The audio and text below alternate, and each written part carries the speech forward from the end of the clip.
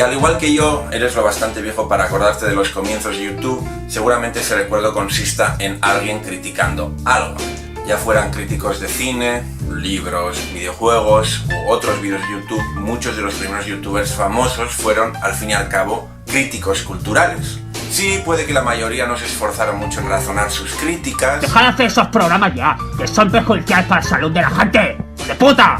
Pero no nos engañemos, la mayoría de los críticos de los medios tradicionales tampoco se esforzaba demasiado. Aparte que la pinta del Lynch, comprendo que la Rossellini le dejara, porque es asqueroso, repulsivo, es como bulboso, como fofo. En la medida en que YouTube se convertía en un fenómeno de masas, la mayoría de artistas y productoras fueron promocionando sus contenidos en la plataforma y por eso hoy por hoy la mayoría de los 100 canales con más suscriptores son compañías discográficas o cinematográficas que suben aquí sus trailers y videoclips.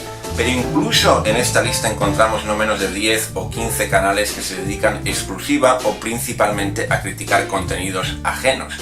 ¿Por qué tienen tanto éxito? ¿Por qué hay cada vez más gente que prefiere ver reacciones y críticas de una película o escuchar un podcast acerca de un escritor que ir al cine o abrir un libro? Bueno, por un lado siempre ha existido gente más interesada en el modo en que otras personas perciben la realidad que en la realidad misma.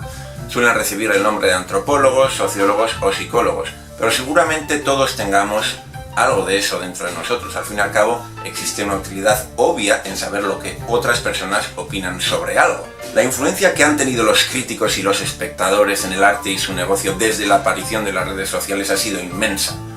Hollywood se quejó amargamente de que Rotten Tomatoes había provocado el fracaso en taquilla de muchas películas y después de quejarse pasó a sobornar a los críticos a cambio de notas positivas.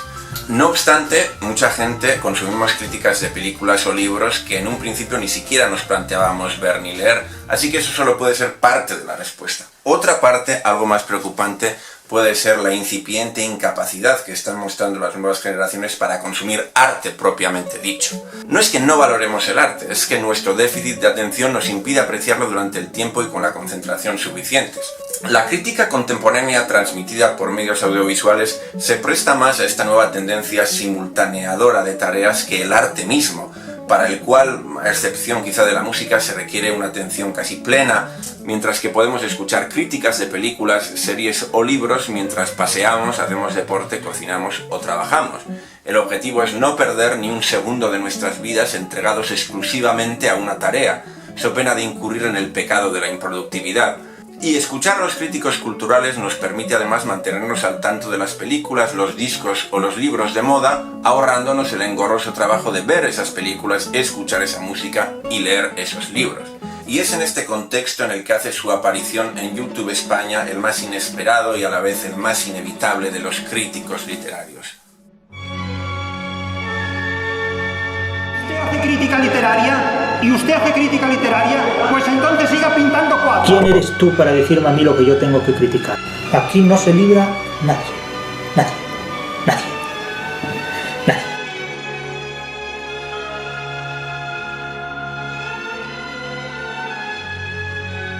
Sí, ya sé que hay muchos más factores culturales que explican el ascenso a la fama de Jesús González Maestro, pero me gustaría mantener esta disertación en el ámbito de la crítica, que es a lo que se ha dedicado Maestro siempre, a criticar. En realidad, él no es un crítico de profesión, sino un profesor de literatura, y los primeros vídeos de su canal son en su mayoría explicaciones didácticas de su obra magna, La crítica de la razón literaria. Algunos de esos vídeos cosecharon cierto éxito, pero tan pronto como se comprobó que el formato de la reseña le era más rentable, particularmente tras el bombazo de su crítica a los enemigos del comercio... Me parto el culo de risa leyendo esto, Antonio. ¿Cómo puedes decir esto? No se lo cree ni San Pedro. Maestro apenas se ha arriesgado a salirse de ese formato, si bien la clase de materiales que critica se ha diversificado en los últimos tiempos, pasando de los clásicos de la literatura occidental a los artículos periodísticos e investigaciones culturales más mundanas. Maestro no era en el momento de su aparición el único crítico literario español de YouTube, pero su intervención pública venía a rellenar un presunto vacío. El vacío de una teoría racionalista de la literatura que ofreciera las herramientas para una crítica literaria bien fundamentada y alejada de la simple apelación a emociones y sentimientos. Este tipo de crítica emotivista se habría establecido como hegemónica, según Maestro, al tratarse de la única crítica que ha sido capaz de construir la anglosfera imperante, que ha venido acompañada de una viciada valoración de los autores canónicos. Así que una buena parte de la obra audiovisual de Maestro ha consistido en una crítica feroz de la llamada leyenda negra sobre el Imperio Español y una reivindicación de la literatura del siglo de oro por sobre las literaturas de otros imperios, particularmente el francés y el británico. Shakespeare es la ladilla de Cervantes, hombre, es la garrapata de Cervantes, Shakespeare. Es mi opinión personal que fue este proyecto nacionalista lo que le granjeó una buena parte de sus adeptos, pero eso aquí da igual. No me interesa analizar a Jesús Maestro como fenómeno sociológico, sino juzgar sus méritos como crítico, o al menos como contribuyente a la teoría de la crítica. Y por no alargar mucho el suspense, diré que Jesús Maestro no es un buen crítico literario.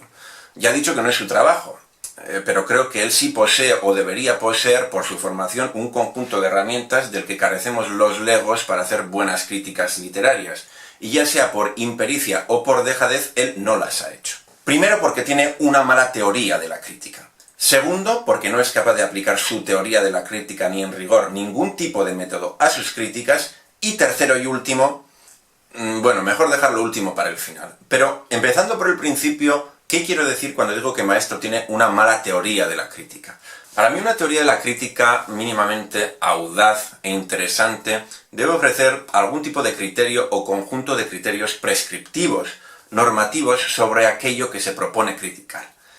Claro que se podría hacer una taxonomía o una historia de la crítica, en plan, estos son los distintos tipos de crítica que hay, así es como surgió la crítica, esto es lo que la crítica tiene por objeto. A todo esto también lo podríamos llamar teoría de la crítica, una teoría descriptiva, pero lo esencial cuando alguien hace una crítica es que emite un juicio de valor.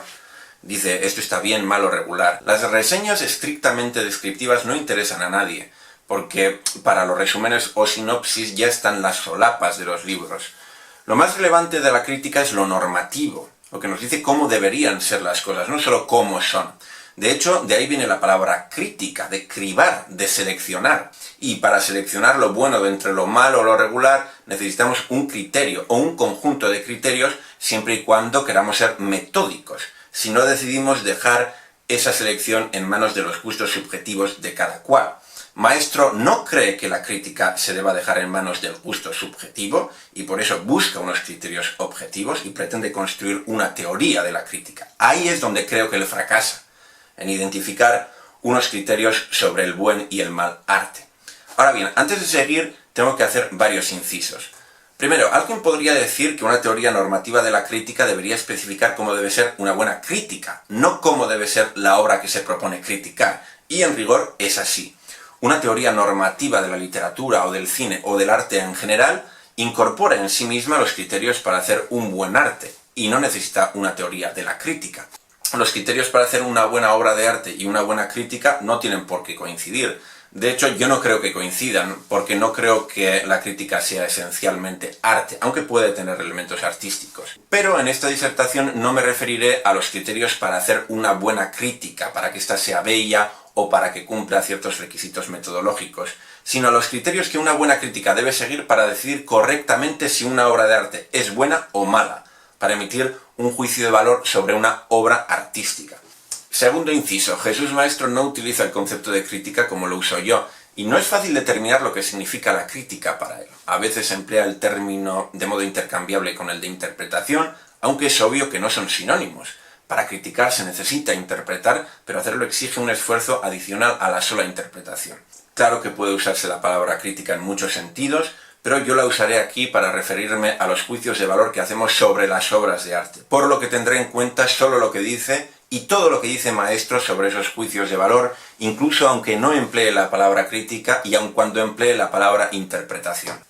La opinión de Maestro sobre la crítica, en el sentido en que a mí me interesa, se encuentra diseminada de forma desorganizada a lo largo de su obra. La crítica de la razón literaria está dividida en tres partes: razón teórica, razón crítica y razón dialéctica. Uno podría esperar que cuanto tiene que decir Maestro de la crítica se encuentre en la segunda parte, la que lleva por título razón crítica. Pero no, en esa parte lo que encontramos es una taxonomía de la literatura. Y aunque ahí también encontramos algunas consideraciones suyas sobre la crítica, hay información más relevante en la primera parte, donde se incluyen reflexiones de Maestro sobre el genio en literatura, y también en la parte tercera, donde Maestro, entre otras cosas, discute con otras teorías de la crítica. Así que lo que viene a continuación es una reconstrucción de lo que podría ser el conjunto de criterios que, según Jesús Maestro, toda obra literaria debería cumplir para ser buena, porque no la especifica en ninguna parte. Podría objetarse que ni él ni ningún crítico está obligado a proponer una lista así. Y así es, la mayoría de críticos ciertamente no lo está. Todos esos críticos a los que Maestro acusa de no ser lo bastante objetivos, de ser irracionalistas, de ser indefinidos, de carecer de una vara fiable con la que medir el valor de las obras, de no poder distinguir el Quijote de un código de barras y todo eso. Bueno, pues esos críticos tan inútiles quizá no estén obligados a ser tan claros en sus criterios. Pero un crítico que habla con la suficiencia de Maestro, a buen seguro habría de ofrecernos una lista exhaustiva de los criterios últimos con los que juzgar la literatura. Como resulta que no lo hace, tienen que venir los intérpretes a encontrar esos criterios en su obra. Veamos pues cuáles son esos criterios. Yo he encontrado 3, y para que no se diga que me invento nada, citaré las partes de la crítica de la razón literaria en la que aparece cada uno. Primer criterio, la originalidad. Una obra es mejor cuanto más original es. Sabemos esto por lo que dice Maestro en su capítulo sobre la teoría del genio, explicación y justificación de la genialidad en el arte y la literatura. El término genial no quiere decir nada más que bueno o muy bueno, y como bueno es un término apenas categoremático, en el sentido de que un escritor puede ser genial y un cocinero puede ser genial, pero no está claro que exista nada en común entre ellos en tanto que geniales. Es una expresión que hace referencia a algo primitivo, casi indefinible, una expresión puramente valorativa mediante la que mostramos nuestra aprobación o nuestra admiración sobre algo. Por eso considero que si alguien tiene una teoría del genio, está manejando también una teoría de lo que es bueno, porque esas palabras significan lo mismo, básicamente. Y en el capítulo sobre la teoría del genio, Maestro afirma: la genialidad exige normas de interpretación, es decir, reglas o pautas que hagan legible, interpretable, objetivable su realidad y su materialización en las formas del arte. La genialidad que no se justifica normativamente es un fraude. Ahora bien, ¿cuáles son esas normas? ¿A qué criterios podemos apelar para identificar el genio constructor o la genialidad interpretativa de las obras de arte? ¿Cómo dar forma objetiva a los valores en los que se explicita el genio literario, musical o pictórico, por ejemplo? La respuesta a estas preguntas exige exponer una teoría del género. Pues sí, lo exige, pero en lugar de eso nos tendremos que conformar con esta tabla, que es lo único que nos ofrece Maestro. En un eje horizontal o de abscisas vemos 2 tipos de ideas, según éstas sean consabidas o conocidas por una parte y originales o nuevas por otra. En segundo lugar, distinguimos en un eje vertical o de ordenadas 2 modos de ejercer las técnicas o los procedimientos de construcción e interpretación, según estas técnicas sean preexistentes o convencionales, o, por el contrario, nuevas o inéditas. Del entrecruzamiento de estos binomios obtenemos 4 tipos de operaciones que dan lugar respectivamente a lo que identificamos como kitsch, recurrencia, recursividad y genialidad. Es decir, que para ser genial hay que innovar tanto en contenido como en forma. Si uno no es innovador en ninguno de estos ámbitos, lo que está haciendo es un kitsch. Si solo es original en la forma, está siendo recurrente. Si solo lo es en el contenido, está siendo recursivo. Pero si es original tanto en forma como en contenido, está siendo genial. En este breve capítulo, en el que Maestro pretende encapsular toda una teoría del género, no ha lugar siquiera a un párrafo en el que se aclare que no todo lo original es genial ni bueno per se. Y tampoco se detalla ningún criterio para distinguir lo original de lo tradicional en el arte. Y es que aquí podrían darse muchas discrepancias entre aquellos que piensan que no hay nada nuevo bajo el sol y que el ser humano lleva tratando básicamente las mismas ideas desde la Ilíada, en cuyo caso ya no habría más obras auténticamente originales, y aquellos que juzgarían cualquier pequeña variación en el canon como una innovación genial, y no hay aclaración de Maestro tampoco a este respecto. Es fácil comprobar mediante ejemplos que este criterio de la originalidad tiene su razón de ser, pero que no conviene aplicarlo con severidad. Un autor al que admira Maestro es Quevedo. Lógico, es de los mejores poetas que ha habido. Pero si leemos los sonetos de Quevedo, por ejemplo, sobre la brevedad de la vida, ¿qué tenemos? Pues un pastiche, un kitsch.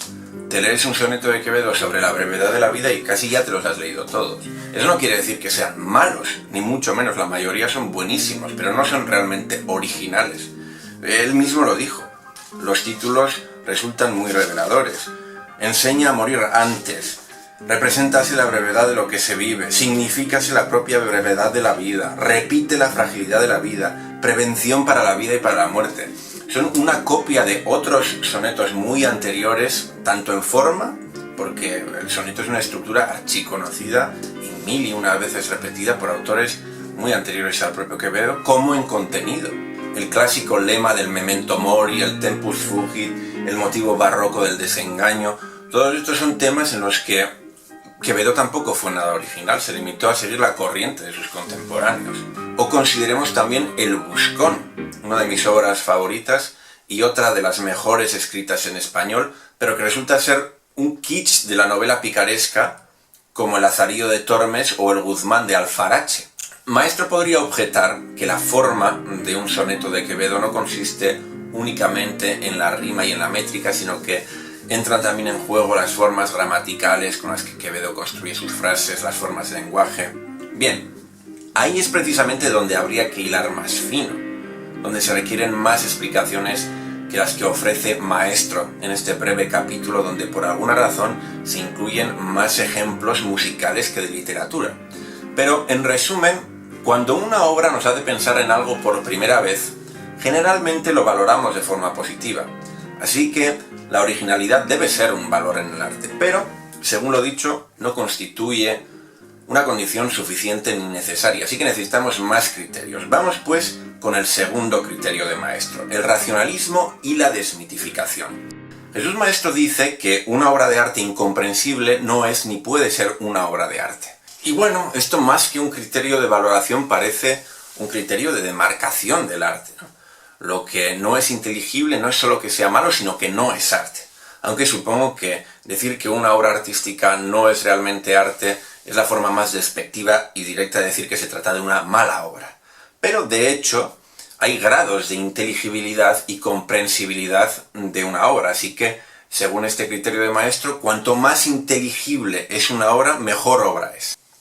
No es un criterio nuevo, ciertamente. Aristóteles ya habló de él en su Poética. Ahí, como es sabido, Aristóteles escribe que la fábula debe representar una acción con sus diversos incidentes tan íntimamente relacionados que la transposición o eliminación de cualquiera de ellos distorsiona o disloca el conjunto. Es un criterio que evalúa formalmente una obra, considerando sus elementos internos. Esos elementos, la peripecia, la anagnórisis, los episodios, tienen que estar unidos de forma racional, coherente. Y Aristóteles se moja mucho al decir qué tipo de tragedia es mejor y cuál peor conforme a este criterio de racionalidad, lo cual es de agradecer. Maestro no lo hace, pero claro, nos pone ante la duda de qué es lo racional y qué no lo es, porque una historia a mí me puede parecer racional y a ti puede parecerte absurda. Yo puedo creer que de estas premisas se derivan racionalmente estas consecuencias, mientras que a ti te puede parecer totalmente irracional que los hechos se desarrollen así. Y Maestro, seguramente consciente de estas dificultades, no aclara nada al respecto, no profundiza en el criterio de Aristóteles, simplemente dice que una obra tiene que ser racional y punto. Ahora, lo interesante en la propuesta de Maestro es que, a diferencia de Aristóteles, este racionalismo no juega un papel estrictamente formal, sino que debe también ser el compromiso del autor con respecto al contenido de su obra. Es decir, una obra no solo debe estar escrita racionalmente, sino que debe pronunciarse explícitamente en contra de la irracionalidad, en contra de la sinrazón. La tarea de toda buena obra es la de criticar los mitos, las falsas razones que prevalecen en la sociedad. En cambio, una mala obra contribuye a crear mitos o a promover los ya existentes. Dice que la obra de Shakespeare está llena de fantasmas y que exalta la locura. Es un autor mitificador. Mientras que Cervantes no introduce elementos sobrenaturales, y el Quijote en el fondo no es un loco sino un cínico, y cuando actúa de forma aparentemente irracional o idealista, la realidad siempre se acaba imponiendo. Es un autor desmitificador. Por tanto, Cervantes es mejor que Shakespeare. He ahí un criterio de valoración literaria. El problema es, una vez más, en qué es lo racional y qué lo irracional. En el capítulo del racionalismo y literatura, Maestro afirma que la razón es aquella facultad humana que permite construir criterios cuyo fin es interpretar la realidad de forma objetivamente compartida. Y sigue, en la interpretación de la literatura no se puede aceptar la existencia de ideas que desborden los límites de la razón humana. No se puede admitir la posibilidad de trabajar con ideas irracionales. Es irracional toda idea que o bien provoca indefinidamente una suspensión en el juicio, es decir, que de forma constante inmoviliza al sujeto cognoscente en el escepticismo, o bien excluye soluciones, operaciones o interpretaciones racionales, aunque estas últimas resulten conflictivas, dialécticas o incompatibles entre sí. Las ideas son construcciones de la razón humana, están inmersas en el desarrollo de su propia historia, y ni sus orígenes ni sus consecuencias pueden situarse racionalmente fuera del espacio antropológico. Fin de la cita. Admito que esto de que las ideas son construcciones de la razón humana, pero que algunas de ellas son irracionales, llega casi a desbordar los límites de mi razón. Y no me extraña que, a consecuencia de este zurriburri conceptual, Maestro se vea obligado a aceptar la existencia de distintos tipos de razones. La razón crítica, la razón programática, incluso la razón mitológica.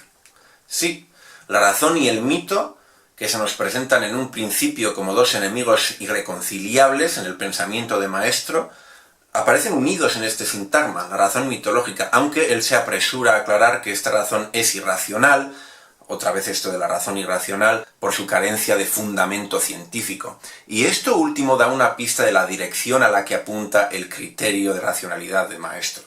Es decir, al método científico y al consenso de la comunidad científica en la que se encuentra la civilización en la que se inscribe una obra.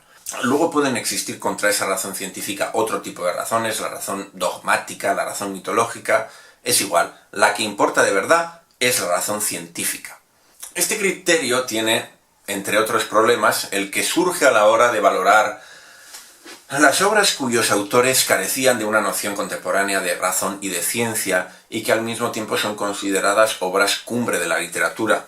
Pero más grave es aún que se trate de un criterio que yerra al cribar, porque distintos críticos podrían llegar a conclusiones muy diferentes acerca del modo en que una obra se ascribe al racionalismo o a la ciencia de su época.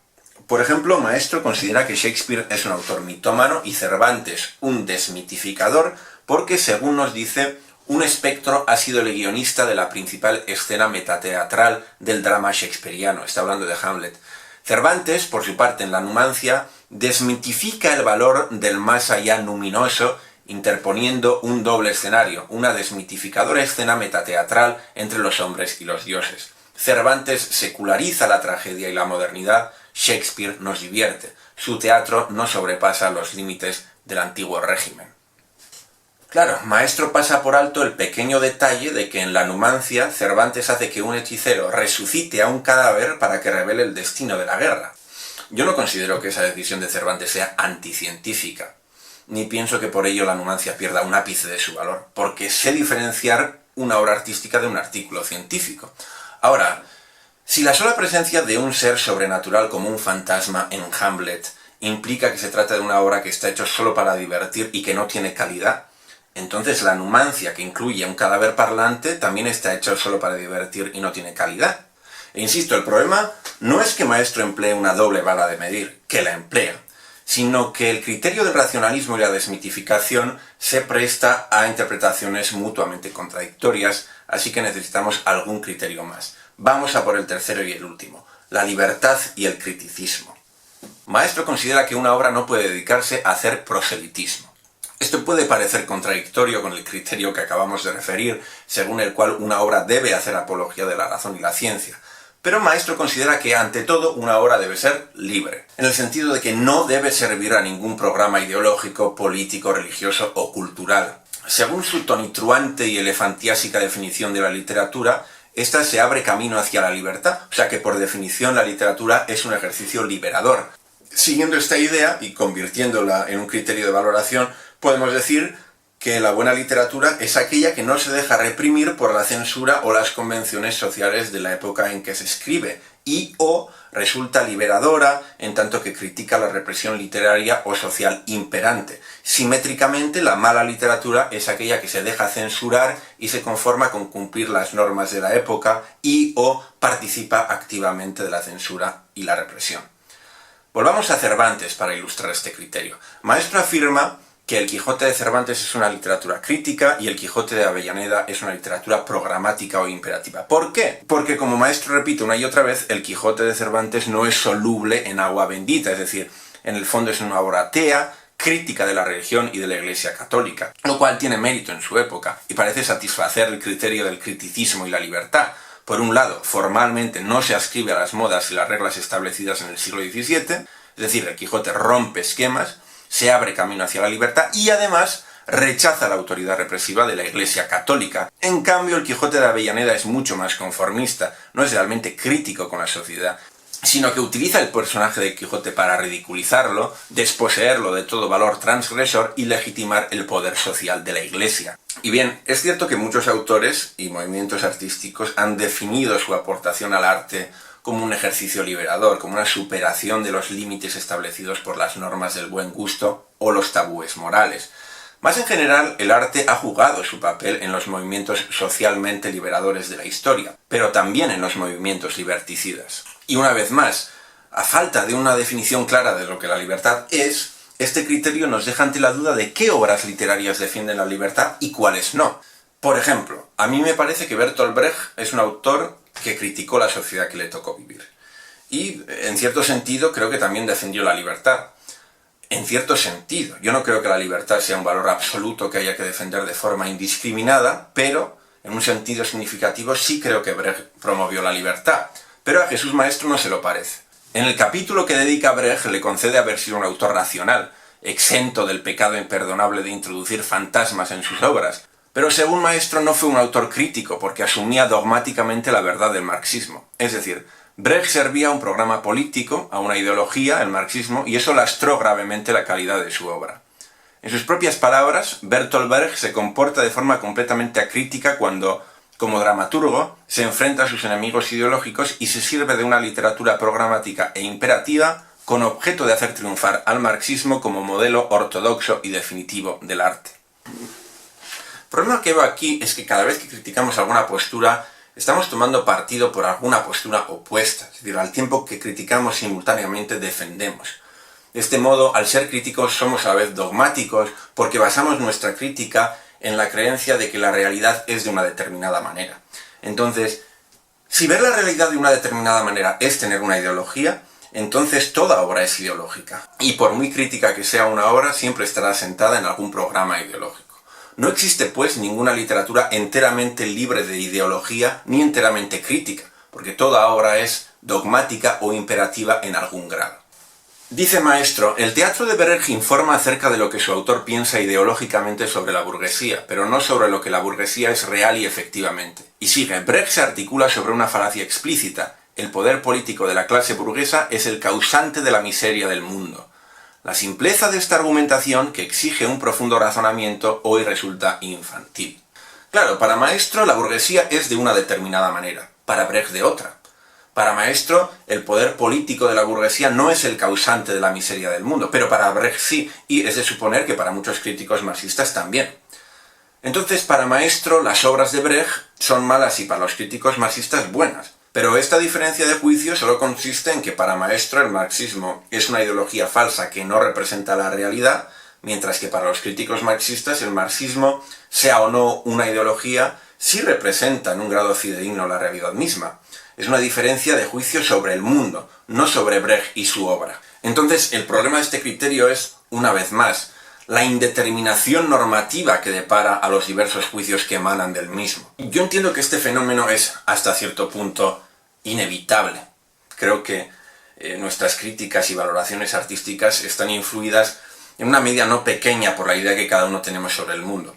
Ahora bien, si Maestro tiene esta visión del mundo, según la cual la libertad es el valor superior a defender y la crítica más importante que debemos hacer es a los enemigos de la libertad, hubiera sido preceptivo que acompañara sus valoraciones literarias de una idea cabal y comprensible de su concepto de libertad.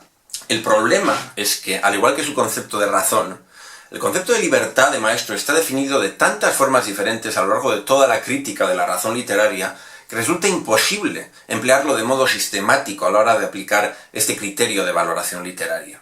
Fíjense cómo en un mismo párrafo Maestro es capaz de decir un montón de cosas sobre la libertad que, analizadas detenidamente, resultan incompatibles entre sí. Dice, la libertad es lo que los demás nos dejan hacer. Dicho de otro modo, la libertad es la lucha por el poder para controlar a los demás. Pero es que lo segundo no es otro modo de decir lo primero. Son dos modos diferentes de definir la libertad, mutuamente contradictorios.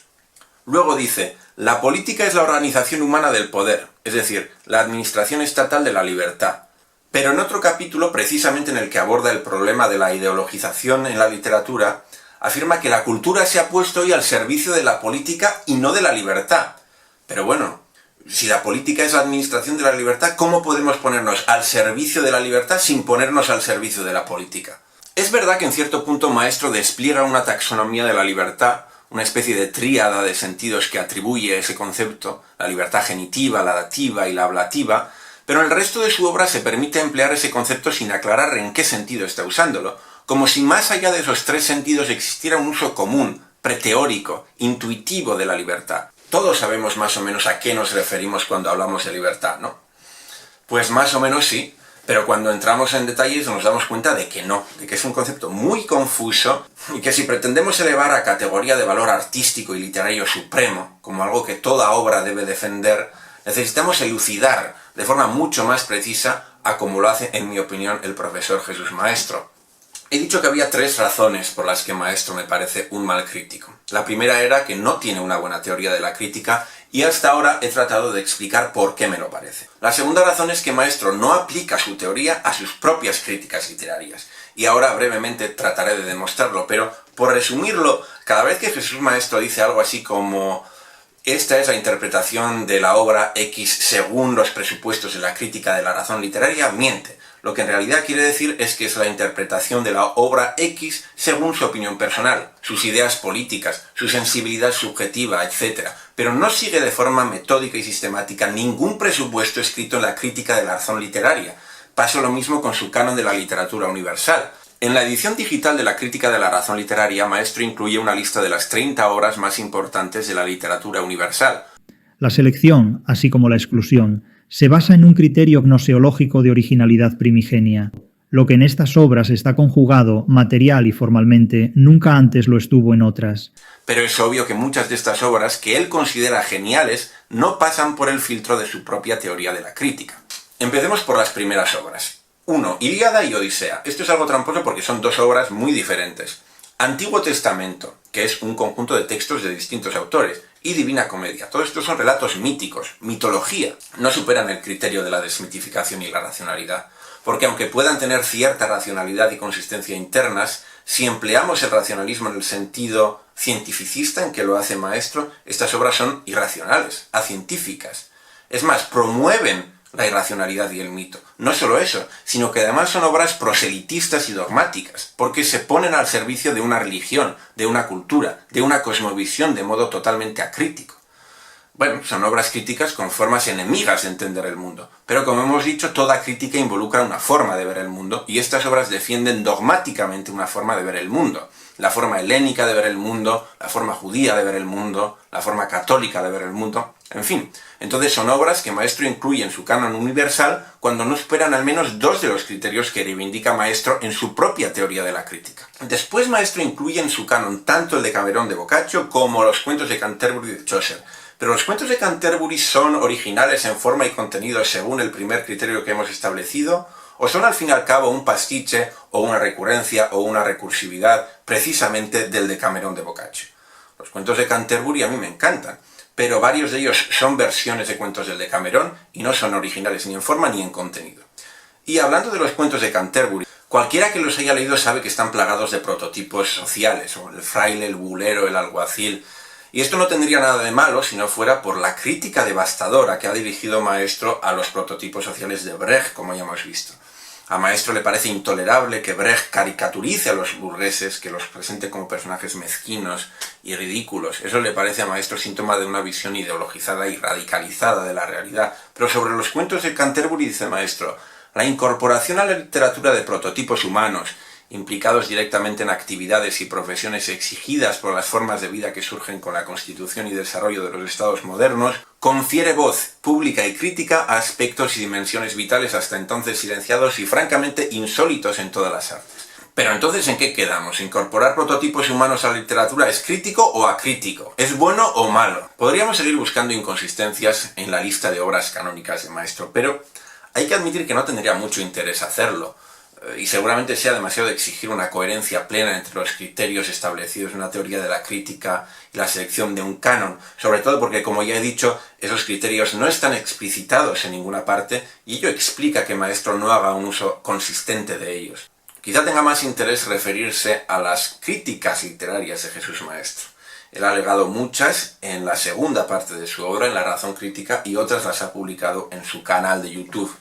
Pero me adelanto a decir que la mayoría de los vídeos publicados en ese canal a mí ni siquiera me parecen críticas literarias.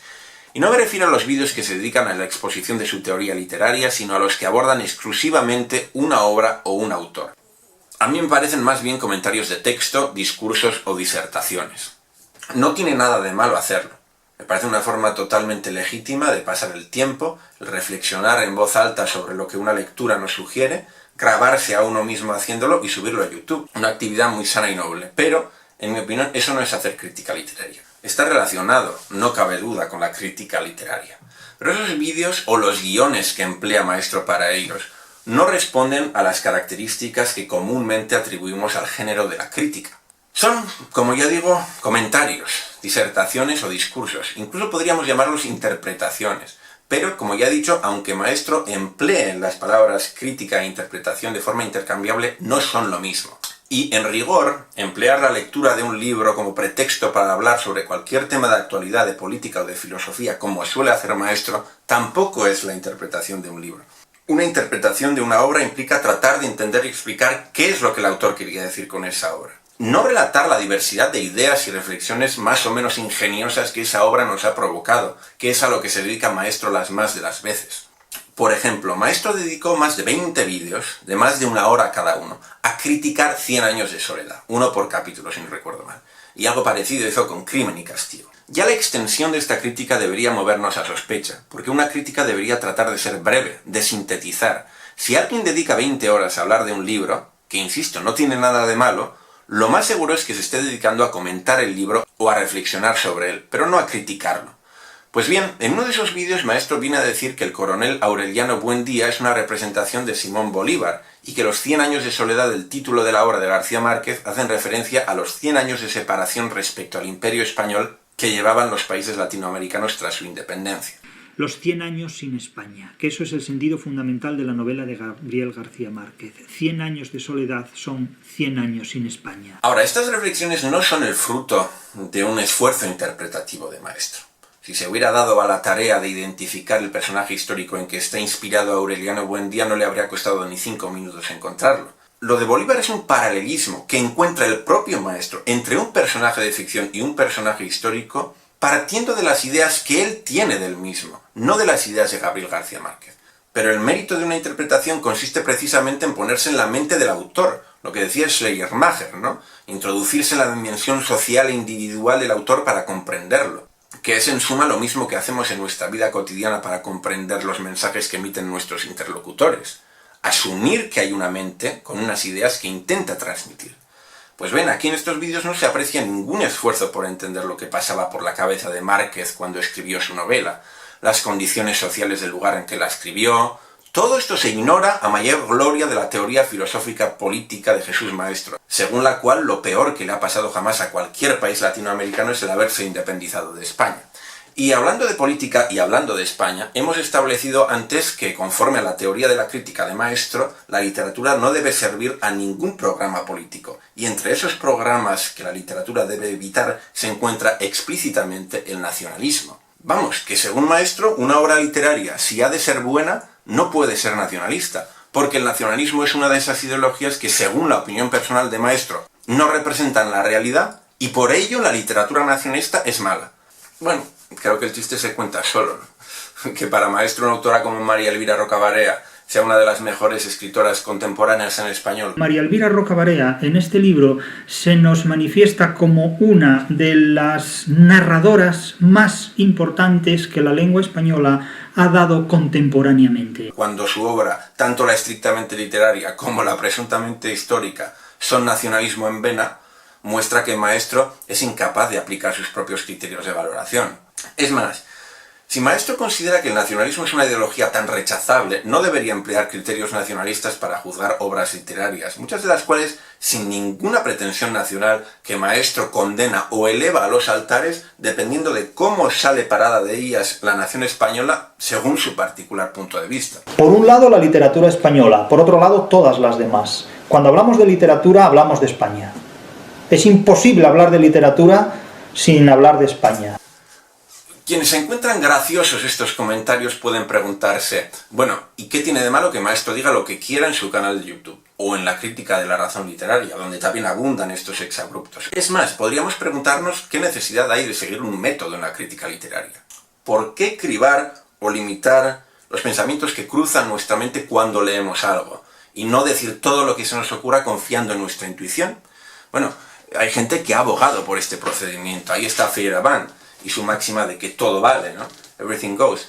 Uno podría tratar de explicar la utilidad que tiene para los seres humanos someterse a un método, cualesquiera sean sus objetivos, pero nos ahorraremos este paso constatando que el mismo Maestro ha insistido siempre en que la crítica literaria debe ser practicada metódicamente, mediante ciertos criterios, es decir, que no todo vale. Entonces, las críticas literarias de Maestro, por asistemáticas y poco metódicas, son malas críticas según los preceptos del propio Maestro. Esto puede parecer sorprendente, ofensivo incluso.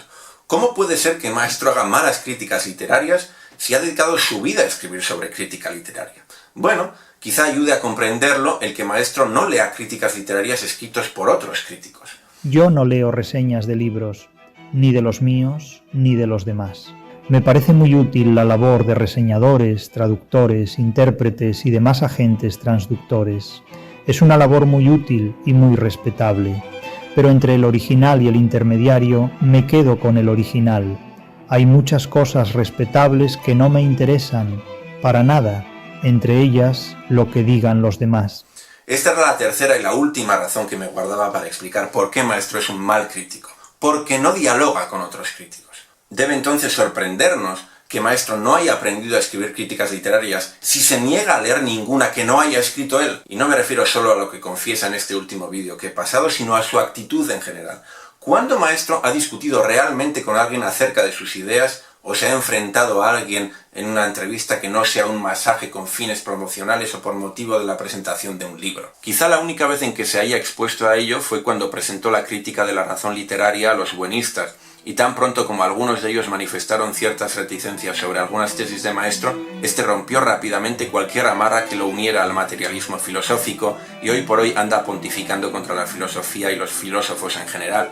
Por supuesto, Maestro no estaba en la obligación de dar la razón a sus críticos, ni de seguir dentro de las coordenadas del materialismo filosófico, ni mucho menos la Fundación Gustavo Bueno, pero sí tenía la responsabilidad intelectual de defender su obra frente a los críticos y enfrentarse a ellos dialécticamente, como tanto le gustaba reivindicar en aquellos años. Creo que este modo tan abrupto de separarse de ese pasado, solo por el hecho de haberse encontrado con opiniones adversas, aporta luz sobre el carácter muy poco crítico de Jesús Maestro. Si alguien se mete a la crítica, tiene que estar dispuesto a ser criticado y a responder a las críticas, y Maestro nunca lo ha hecho. Añadamos a esto que Maestro nunca admitió comentarios en sus vídeos de YouTube, lo cual no es en sí mismo reprobable, pero sí revelador de su personalidad acrítica. Maestro siempre se ha defendido diciendo que no le importan las opiniones, que no le importa que los demás coincidan o discrepen de sus ideas, porque lo único que le importa a él es el conocimiento y la realidad. ¿Y a mí qué coño me importa que tú no estés de acuerdo con lo que yo digo? ¿O es que tú te crees que yo escribo para que tú estés de acuerdo conmigo? ¿Es que tú te crees que yo escribo para ti? Tú eres un gilipollas, le diría yo a ese tipo de gente. Tú eres un tonto, hombre. Entonces, claro, dicen, bueno, yo opino lo contrario, como si la opinión tuviera alguna relevancia. La opinión no sirve absolutamente para nada.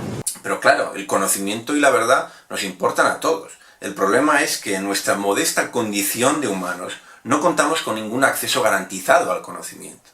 Dependemos los unos de los otros para contrastar nuestras opiniones y conceder a unas y a otras diversos grados de verosimilitud y credibilidad. El conocimiento es un subconjunto de la creencia, de la opinión. Y cuando Maestro presenta la opinión como enfrentada al conocimiento, dando a entender que los demás opinan, es decir, yerran, y él conoce, es decir, que él posee la verdad, se sitúa a sí mismo en una posición de autoridad injustificadamente privilegiada, porque toda posesión de conocimiento solo se justifica mediante argumentos, y los argumentos son susceptibles de crítica. Si conoce o no, lo tendrá que demostrar mediante argumentos, y si no acepta críticas estará siendo dogmático, independientemente de las excusas que pretexte para rehuir la discusión. Esta actitud de maestro debería llevarnos a reflexionar sobre la función y la esencia misma de la crítica. En rigor, del mismo modo que uno podría crear una obra de arte para sí mismo, también podría escribir críticas artísticas sin ningún propósito social. Ahora bien, como pasa con el lenguaje en general, es dudoso que tanto su función como su origen puedan explicarse en términos individuales. Después de todo, una persona ya sabe lo que piensa antes de hablar. ¿Para qué debería emplear el lenguaje si no fuera para expresárselo a otras personas? Además, la mayoría de cosas tampoco podría pensarlas si no fuera porque otras personas se las han transmitido por medio del lenguaje. Y todo esto se aplica también al arte y a la crítica. Son actividades esencialmente sociales. Maestro convino en ello alguna vez. En el capítulo sobre el arte por el arte, donde Maestro criticó duramente el arte solipsista, escribió que este concepto degenerativo o deconstructivo del arte, desposeído de normas y en manos de artistas y de intérpretes que resultan ser amigos de los artistas, hace de la obra estética un producto ajeno a toda posibilidad de comprensión, dado que es un arte sin normas, sin criterios, sin determinaciones, sin contenido, sin ideas, limitado al yo, autologismo del artista, o al nosotros, dialogismo de los amigos del artista. Es un arte autológico y dialógico, pero sin normas ni criterios y en consecuencia ilegible para el público, masa de espectadores para quienes ese tipo de arte resultará además económicamente inasequible y sin el menor interés. Es en suma una apariencia de arte. La posmodernidad ha construido un arte para el público pero sin el público. El papel de este último se limita al de ser un mudo observador, un visitante de museos. Y al respecto de la crítica, Maestro añade, interpretamos desde muchos puntos de vista, pero las interpretaciones más sólidas son aquellas que adquieren consecuencias operatorias, es decir, efectivas y transformadoras. La contemporaneidad de un escritor revela siempre, es decir, pone a prueba las posibilidades de modernidad de que sus intérpretes son capaces. Interpretamos merced a nuestras ideas, y no a pesar de nuestros prejuicios, sino gracias a ellos. La mejor crítica nunca sobrepasará los límites de la expresión racional, a menos que pasemos a los hechos. La interpretación ha de transformar los hechos, ha de ser operatoria. Estas palabras, típicamente crípticas de Maestro, parecen sugerir que su autor sostuvo en algún momento que la crítica tiene una fuerte función social, la tarea muy poco modesta de transformar los hechos. Maestro llegó pues a coincidir con su odiado Terry Eagleton, quien a comienzo del Function of Criticism dice que la crítica europea moderna nació de la lucha contra el Estado absolutista. Suspendida entre el Estado y la sociedad civil, esta esfera pública burguesa, como la ha denominado Jürgen Habermas, engloba diversas instituciones sociales, clubes, periódicos, cafés, gacetas, en las que se agrupan individuos particulares para realizar un intercambio libre e igualitario de discursos razonables, unificándose así en un cuerpo relativamente coherente cuyas deliberaciones pueden asumir la forma de una poderosa fuerza política. Una opinión pública educada e informada está inmunizada contra los dictados de la autocracia. Se presume que dentro del espacio transparente de la esfera pública ya no son el poder social, el privilegio o la tradición los que confieren a los individuos el derecho a hablar y a juzgar, sino su mayor o menor capacidad para constituirse en sujetos discursivos que coparticipen en un consenso de razón universal. Las normas de esta razón, aunque son en sí mismas absolutas, vuelve la espalda a la insolencia de la autoridad aristocrática. Las normas, como advierte Dryden, se fundan en el buen juicio y en la razón lógica, no en la autoridad. No es que la crítica literaria no existiera hasta el siglo XVII, claro, y hasta entonces también había desempeñado una función inherentemente social, la función de legitimar la autoridad del antiguo régimen. Como dice Hohendahl, el debate literario, que hasta entonces había servido como forma de legitimación de la sociedad cortesana en los salones aristocráticos, se convirtió en el foro que preparó el terreno para el debate político entre las clases medias. Si bien para Maestro la crítica siempre tuvo alguna función social, nunca tuvo claro si esa función debía ser universalista o elitista, progresista o conservadora. Defender una crítica exigente con los intereses y las necesidades de la mayoría o una que promoviese un arte dirigido a una minoría selecta e ilustre. Al fin y al cabo, la cita sobre el carácter transformador de la crítica que he rescatado no es más que un oasis en el desierto de la crítica de la razón literaria.